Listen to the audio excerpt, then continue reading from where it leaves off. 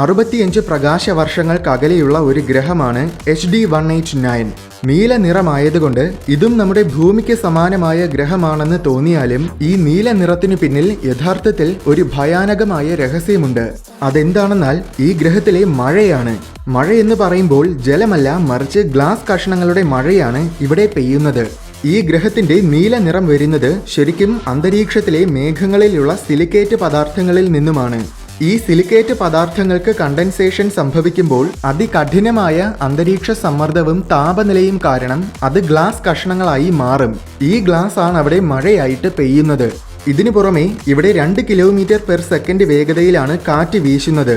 ആരെങ്കിലും ഈ ഗ്രഹത്തിൽ ഇറങ്ങാൻ ശ്രമിക്കുകയാണെങ്കിൽ ശക്തമായ കാറ്റും കഠിനമായ സമ്മർദ്ദവും ഗ്ലാസ് മഴയും കാരണം അയാളുടെ അവസ്ഥ എന്താകുമെന്ന് നമുക്ക് ഊഹിക്കാവുന്നതേയുള്ളൂ.